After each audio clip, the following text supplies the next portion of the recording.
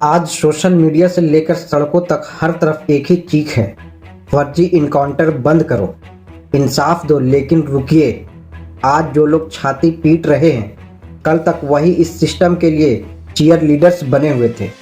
आज कहानी बदल गई है, क्योंकि आग अब दूसरों के घरों से निकलकर उनके अपने बेडरूम तक आ पहुंची। याद करिए झांसी का वो पुष्पेंद्र यादव कोई क्रिमिनल नहीं था, 2 ट्रकों का मालिक था। पुलिस की अवैध वसूली के खिलाफ आवाज उठाई तो अगले दिन उसकी लाश मिली और पुलिस ने कहा अपराधी ढेर। तब बहुत कम लोग थे जो सच पूछ रहे थे। क्यों? क्योंकि बंदूक से निकली गोली तब बहुसंख्यक समाज को सुकून दे रही थी। उन्हें लग रहा था कि सिस्टम सिर्फ दूसरों को साफ कर रहा है, लेकिन पुष्पेंद्र तो सिर्फ एक नाम था। इस तथाकथित ठोक दो नीति का शिकार न जाने कितने बेकसूर युवा हुए।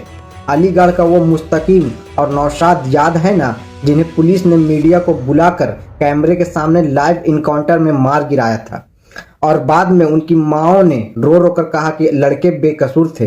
बागपत का वो सुमित गुर्जर याद है ना, या फिर वो जिशान जिसके पैर में गोली मारकर उसे हाफ इनकाउंटर का शिकार बना दिया गया और समाज ने बिना सोचे बिना समझे ताली बजा दी। जब इन मुस्लिम लड़कों और पिछड़े लड़कों को बिना कोर्ट के बिना सबूत के जिहादी और आतंकी बताकर मिट्टी में मिलाया जा रहा था, तब यही समाज पुलिस वालों पर फूल बरसा रहा था।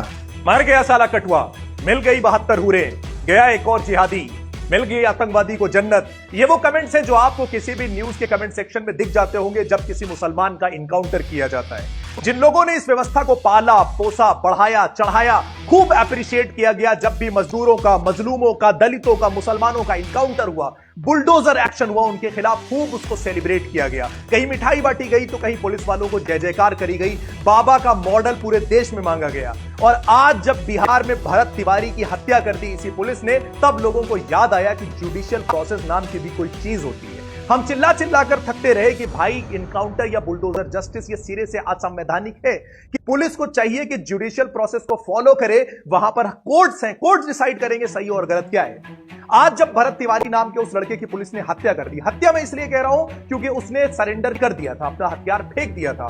लोगों में बहुत आक्रोश है, लोगों ने उसके खिलाफ, पुलिस के खिलाफ खूब जोर शोर से आवाजें भी उठाई, हर तरफ से आवाजें बुलंद हुई। कई पुलिस वालों को उसमें सस्पेंड भी किया गया है। लेकिन अपने दिल पर हाथ रखकर आप मुझे ये बता दीजिए कि यहीं पर भरत तिवारी की जगह अगर कोई मुसलमान या दलित होता, स्पेशली अगर मुसलमान होता और उसके हाथ में पिस्टल होती, तो क्या उसके सपोर्ट पे कोई भी खड़ा होकर आज बोल रहा होता कि उसके साथ गलत हुआ है? नहीं।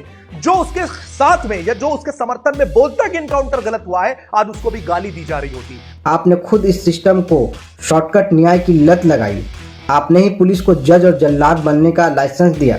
लेकिन कानून का एक उसूल है, जब आप किसी एक के लिए अंधा कानून सही ठहराते हैं तो वो अंधा कानून एक दिन आपके दरवाजे पर भी दस्तक देता है। आज जब पहिया घुमा और खुद की बिरादरी का भरत तिवारी इस सिस्टम का भेंट चढ़ा, तब जाकर दर्द का एहसास हुआ है। राहत इंदौरी साहब ने इसी ढोंग पर कहा था, लगेगी आग तो आएंगे घर कई जद में, यहाँ पर सिर्फ हमारा मकान थोड़ी है। हमारा स्टैंड साफ है, हम किसी व्यक्ति, किसी विशेष जाति या मजहब के एजेंडे के साथ नहीं है। हम खड़े हैं देश के संविधान के साथ। किसी भी नागरिक का दोष अदालत तय करेगी, पुलिस की सरकारी बंदूक नहीं। अगर मुस्तकीम, नौशाद और पुष्पेंद्र के लिए निष्पक्ष जांच जरूरी थी, तो भरत तिवारी के लिए भी उतनी ही जरूरी है। क्योंकि अगर इंसाफ का पैमाना चेहरा और मजहब देखकर तय होगा, तो यकीन मानिए अगला नंबर आपका भी हो सकता है। अपनी राय कमेंट में जरूर दें और अगर आपको वीडियो अच्छी लगी हो तो चैनल को सब्सक्राइब जरूर करें।